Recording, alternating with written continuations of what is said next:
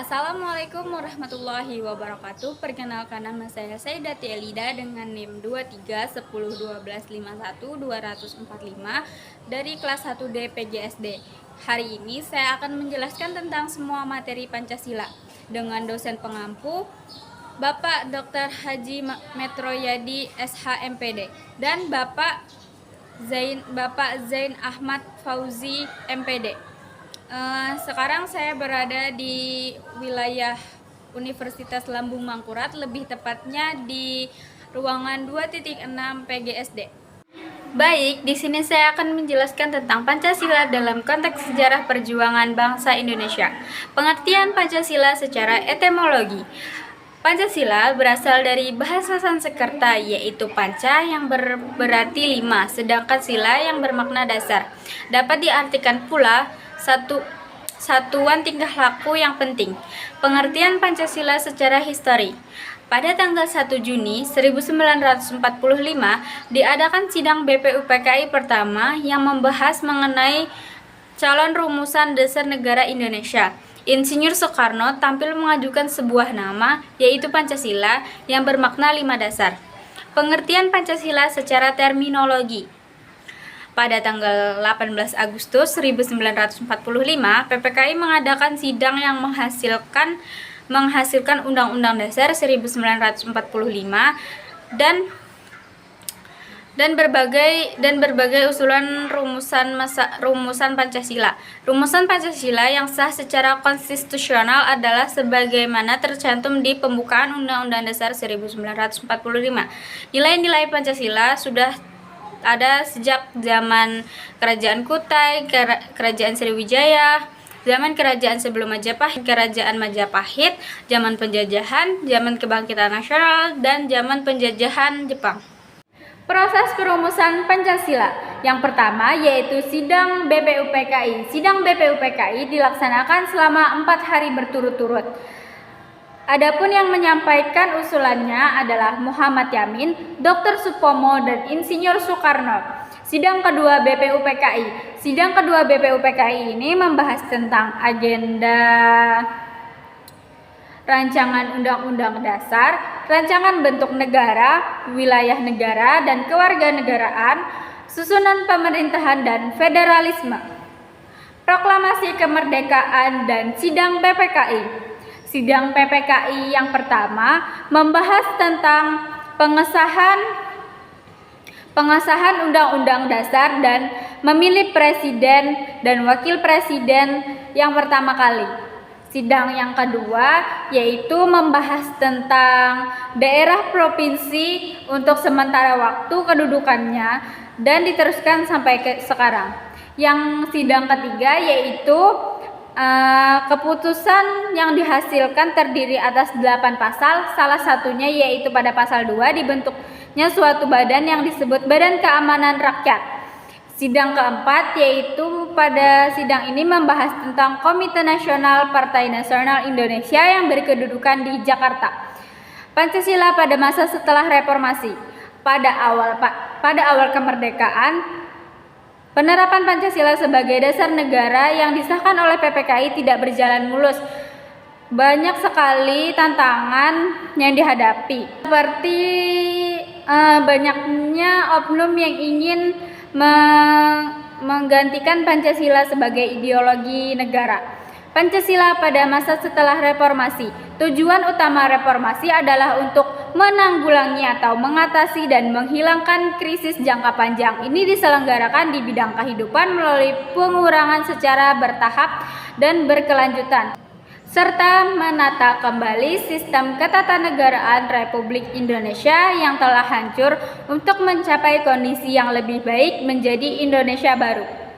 Pancasila sebagai nilai dasar fundamental bagi bangsa dan negara Republik Indonesia. Pengertian filsafat. Filsafat adalah sebagai induk pengetahuan dan penerapan pengetahuan. Filsafat memberikan arahan kepada ilmu pengetahuan dalam merumuskan konsep dan teori untuk membangun konsep ilmiah. Dasar antropologi sila-sila Pancasila. Yang kedua, ada dasar epistemologi sila-sila Pancasila. Yang ketiga, ada dasar aksiologi sila-sila Pancasila. Dasar filosofis. Nilai-nilai Pancasila sebagai nilai fundamental negara Indonesia. Nilai Pancasila terkandung dalam pembukaan Undang-Undang Dasar secara yuridis memiliki kedudukan sebagai pokok kaidah negara yang fundamental. Adapun Pancasila dan pembukaan undang-undang yang di dalamnya memuat nilai-nilai Pancasila. Pancasila sebagai etika politik.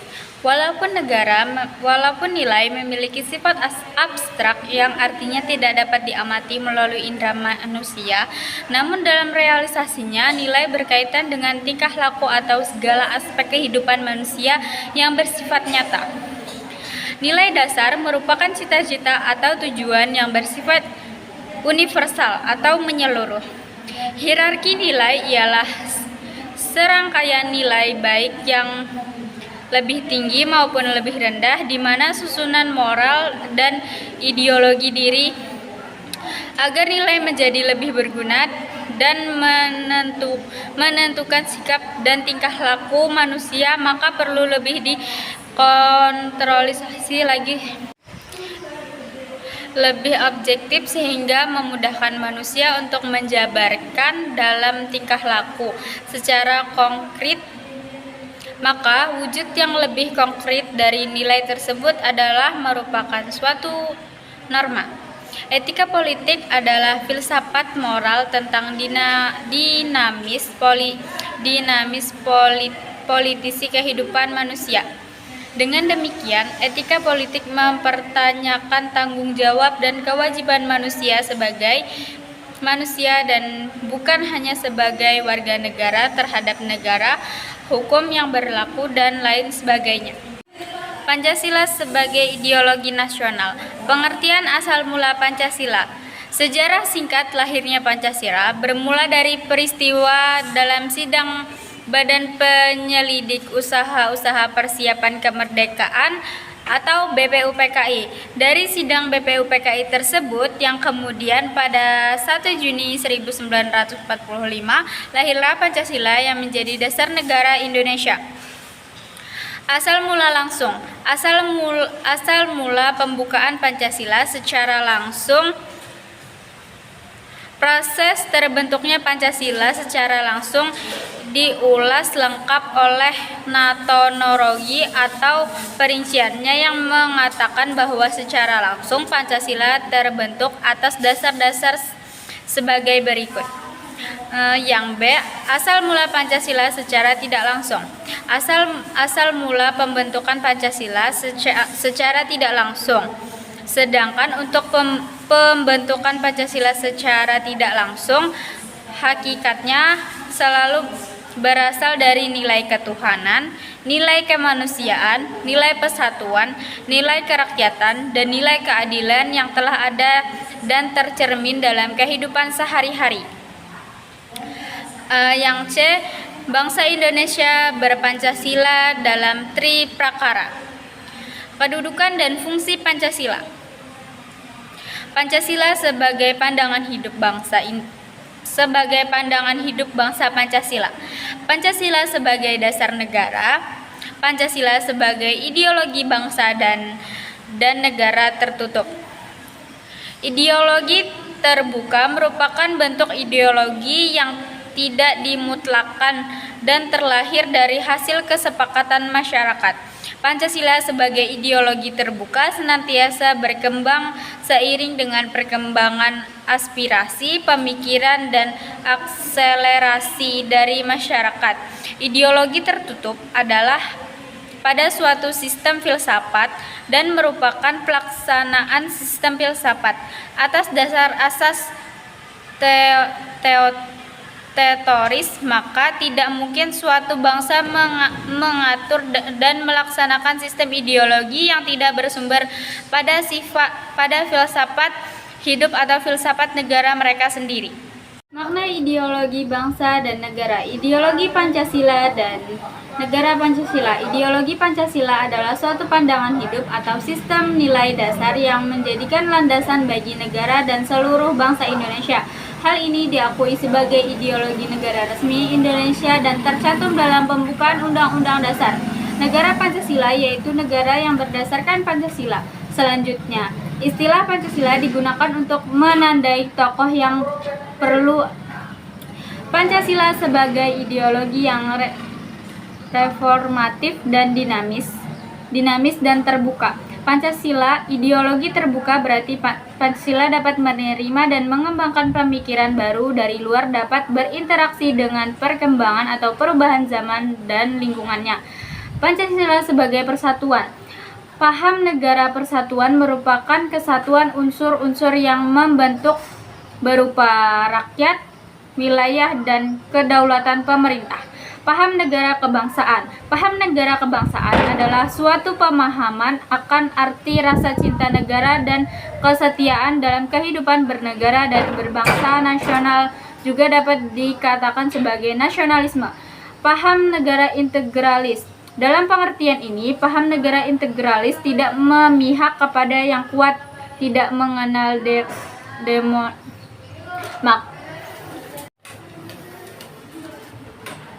Paham negara integralis. Dalam pengertian ini, paham negara integralis tidak memihak kepada yang kuat, tidak mengenal domisili mayoritas, dan juga tidak mengenal minoritas. Maka di dalamnya terkandung nilai kebangsaan, kekeluargaan, dan kebhinneka tunggal ikaan, nilai religius, serta keserasian. Negara Pancasila adalah negara kebangsaan. Unsur masyarakat yang membentuk bangsa Indonesia terdiri atas berbagai macam suku bangsa, berbagai macam adat istiadat, kebudayaan, dan agama, serta berdiam dalam suatu wilayah terdiri atas beribu-ribu pulau. Landasan teori negara adalah lembaga kemanusiaan, lembaga kemasyarakatan, dan tujuan. Landasan teori negara adalah lembaga kemanusiaan, lembaga kemasyarakatan yang tujuannya demi tercapainya harkat dan martabat manusia serta kesejahteraan lahir maupun batin. Pancasila dan konteks ketatanegaraan. Pengertian Pancasila. Pancasila merupakan rumusan dan pedoman kehidupan berbangsa dan bernegara bagi seluruh rakyat Indonesia. 5 ideologi utama penyusunan Pancasila merupakan 5 sila Pancasila. Ideologi utama tercantum pada alinea keempat pembukaan Undang-Undang Dasar 1945. Pengertian ketatanegaraan. Ketatanegaraan dalam bahasa Inggris yaitu konstitusional adalah bertindak sesuai dengan konsistensi yang berlaku, status norma hukum, prosedur atau tindakan sesuai dengan hukum atau pedoman yang ditetapkan dalam konteks yang berlaku. Kedudukan Pancasila. Pancasila merupakan suatu asas kerohanian yang dalam ilmu kenegaraan populer disebut sebagai dasar filsafat negara. Dalam kedudukan ini, Pancasila merupakan sumber nilai dan sumber norma dalam setiap aspek penyelesaian negara. Kedudukan undang-undang. Dalam kerangka tata susunan norma hukum yang berlaku, undang-undang merupakan hukum yang menempati kedudukan tertinggi, seperti telah ditetapkan dan dijelaskan oleh PPKI, Panitia Persiapan Kemerdekaan Indonesia, pada tanggal 18 Agustus 1945. Sistem ketatanegaraan RI berdasarkan Pancasila dan Undang-Undang. Undang-undang diartikan sebagai pokok yang mengatur suatu negara baik yang tertulis maupun yang tidak tertulis. Konstitusional dan Undang-Undang RI. Hukum dasar tertulis. Pengertian hukum dasar meliputi 2 macam, yaitu hukum dasar tertulis dan hukum dasar tidak tertulis. Oleh karena sifatnya yang tertulis, maka Undang-Undang Dasar itu rumusannya tertulis dan tidak mudah berubah. Undang-Undang Dasar menurut sifat dan fungsinya adalah suatu naskah yang memaparkan kerangka dan tugas-tugas pokok dari badan-badan pemerintahan suatu negara dan menentukan pokok-pokok kerja badan-badan tersebut. Hukum dasar yang tidak tertulis. Konvensi adalah hukum dasar yang tidak tertulis, yaitu aturan-aturan dasar yang timbul dan terpelihara dalam praktek penyelesaian negara, meskipun sifatnya tidak tertulis. Konstitusional. Istilah ini berasal dari bahasa Inggris atau dari bahasa Belanda. Terjemahan dari istilah tersebut adalah Undang-Undang Dasar, dan hal ini memang sesuai dengan kebiasaan orang Belanda dan Jepang, yang dalam percakapan sehari-harinya memakai kata Glonderway, yang kedua-duanya menunjukkan naskah tertulis. Struktur pemerintahan Indonesia berdasarkan Undang-Undang Dasar. Demokrasi di Indonesia sebagaimana tertuang di dalam undang-undang mengakui adanya kebebasan dan persamaan hak, juga mengakui perbedaan serta keanekaragaman, mengingat Indonesia adalah Bhinneka Tunggal Ika. Secara filosofis bahwa demokrasi Indonesia mendasari pada rakyat. Isi pokok pasal-pasal Undang-Undang Dasar Negara Republik Indonesia hasil amandemen tahun 2000 tepat memuat 37 pasal, akan tetapi dibagi menjadi 26 bab, 3 pasal aturan peralihan dan 2 pasal aturan tambahan. Hubungan antara lembaga-lembaga negara berdasarkan Undang-Undang Dasar.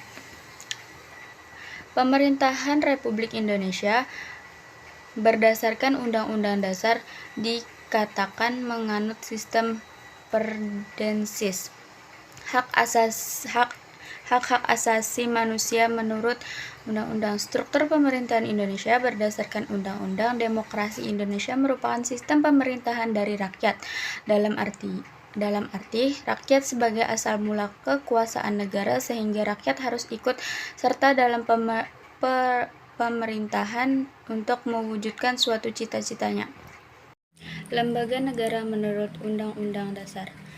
Menurut Dewi Sartika, lembaga negara adalah lembaga pemerintah yang berkedudukan di pusat, yang tugas, fungsi, dan kewenangannya secara tegas diatur oleh undang-undang.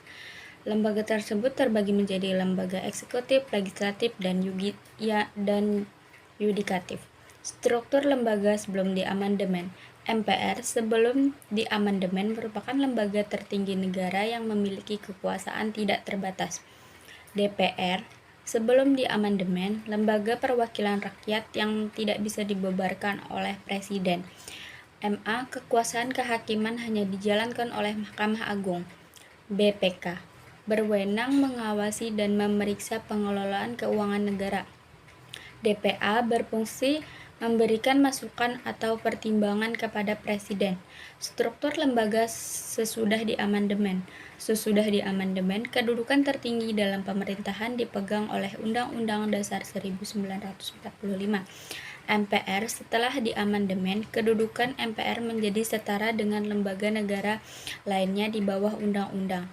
MPR berwenang untuk mengubah dan menetapkan undang-undang, melantik dan memberhentikan presiden dan wakil presiden sesuai dengan undang-undang atau UU. DPR setelah diamandemen, kedudukan DPR dalam sistem ketatanegaraan semakin diperkuat karena DPR berwenang untuk membuat UU. Presiden dan wakil presiden. Setelah diamandemen, rakyat memiliki hak suara untuk memilih presiden dan wakil presiden secara langsung melalui pemilu. Presiden dan wakil presiden memegang kekuasaan pemerintah dan berwenang mengesahkan RUU menjadi UU. DPD. Dewan Perwakilan Daerah adalah perwakilan daerah dalam sistem ketatanegaraan. DPD berwenang mengajukan RUU kepada DPR berkaitan dengan otonomi daerah. BPK memiliki tugas dan wewenang strategi mengenai sumber dan anggaran keuangan negara. MA setelah diamandemen membawahi badan peradilan dalam wilayah peradilan umum, peradilan militer, peradilan agama, dan peradilan tata usaha negara. MK bersama MA, MK memegang kekuasaan yang berwenang menguji UU terhadap UUD. KY Komisi Yudisial merupakan lembaga negara yang bersifat mandiri dan berhak mengusulkan pengangkatan hakim agung. Hubungan antara lembaga menurut undang-undang. Hubungan antara MPR, Presiden, DPR, dan MK. Hubungan antara MPR, Presiden, DPR, dan MK terlihat dalam proses pemberhentian presiden. Sejarah HAM atau hak asasi manusia berawal dari dunia Eropa. Seorang filsuf Inggris pada abad ke-17, John Locke, merumuskan adanya hak alamiah yang melekat pada setiap manusia, yaitu hak atas hidup, hak kebebasan, dan hak milik. Ruang lingkup HAM meliputi hak pribadi, hak milik pribadi dan kelompok, hak kebebasan sipil dan politik, hak-hak berkenaan dengan masalah ekonomi dan sosial. HAM menurut undang-undang, setidaknya terdapat 2 undang-undang yang menjadi landasan perlindungan dan penegakan HAM di Indonesia, yaitu Undang-Undang Nomor 39 tahun 1999 tentang Hak Asasi Manusia dan UU Nomor 26 tahun 2000 tentang Pengadilan Hak Asasi Manusia. Pengertian HAM menurut Undang-Undang Republik Indonesia Nomor 39 tahun 99 tentang Hak Asasi Manusia.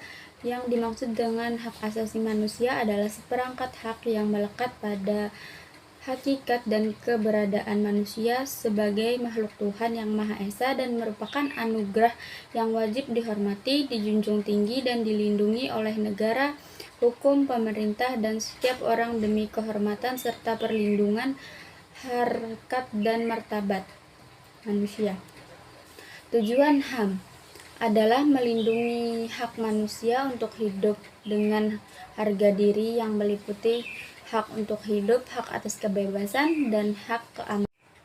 Peran pemerintah dalam HAM, yaitu pemerintah wajib dan bertanggung jawab menghormati, melindungi, menegakkan, dan mengajukan hak asasi manusia yang diatur dalam undang-undang ini. Peraturan perundang-undangan lain adalah hukum internasional tentang hak asasi manusia yang diterima oleh negara Republik Indonesia. Berbagai pelanggaran HAM, seperti pelanggaran hak kemerdekaan, diskriminasi rasis atau etnis, pelanggaran di perempuan, penahanan sewenang-wenang, penggunaan penyiksaan atau perlakuan ketajaman, hak atas privasi dan pemantauan massa, pengusiran paksa dan pelanggaran hak tahanan, hak pekerjaan dan hak buruh, pelanggaran hak sipil dan politik, diskriminasi terhadap minoritas agama dan etnis. Aktualisasi Pancasila. Pengertian paradigma. Paradigma berasal dari bahasa Yunani yang diambil dari kata pra yang berarti di sebelah atau di samping dan berpadu dengan kata digma yang memiliki arti model, teladan, serta ide. Secara terminologi, paradigma dipahami sebagai sebuah cara pandang ataupun pandangan yang digunakan untuk menilai, melihat, serta memahami dunia dan alam sekitar. Pancasila sebagai paradigma pembangunan. Secara filosofis, hakikat kedudukan Pancasila sebagai paradigma pembangunan nasional mengandung suatu konsekuensi bahwa dalam segala aspek pembangunan nasional kita harus mendasarkan pada hakikat nilai-nilai sila Pancasila. Pengertian Pancasila sebagai paradigma reformasi. Ketika gelombang gerakan reformasi melanda Indonesia, maka seluruh aturan main dalam wacana politik mengalami keruntuhan, terutama praktek-praktek elit politik yang dihinggapi penyakit KKN. Bangsa Indonesia ingin mengadakan suatu perubahan, yaitu menata kembali kehidupan berbangsa dan bernegara demi terwujudnya masyarakat damai yang sejahtera, masyarakat yang bermartabat, kemanusiaan yang menghargai hak-hak asasi manusia, masyarakat dan demokrasi yang bermoral religius, serta masyarakat yang bermoral kemanusiaan dan beradab. Aktualisasi Pancasila. Aktualisasi Pancasila merupakan suatu bentuk kegiatan untuk melakukan realisasi antara pemahaman dan nilai norma dengan tindakan dan perbuatan yang dilakukan sehari-hari. Aktualisasi Pancasila berarti penjabaran nilai-nilai Pancasila dalam bentuk norma-norma serta merealisasikannya dalam kehidupan berbangsa dan bernegara. Tridharma Perguruan Tinggi.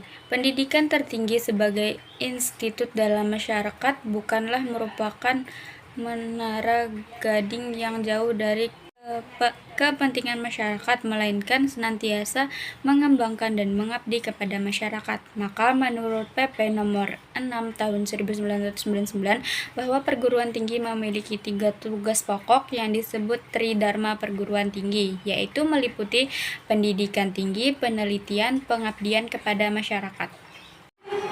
Manfaat belajar Pancasila bagi saya yaitu saya lebih memahami nilai-nilai dasar, pengembangan karakter, penggunaan identitas nasional, pemahaman sistem pemerintahan, pembentukan kepribadian warga negara, kesadaran hukum, toleransi dan kehidupan beragama.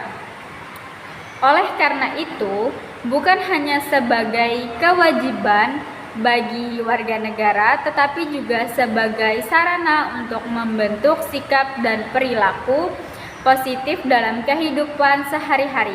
Sekian pemaparan materi dari saya. Wassalamualaikum warahmatullahi wabarakatuh.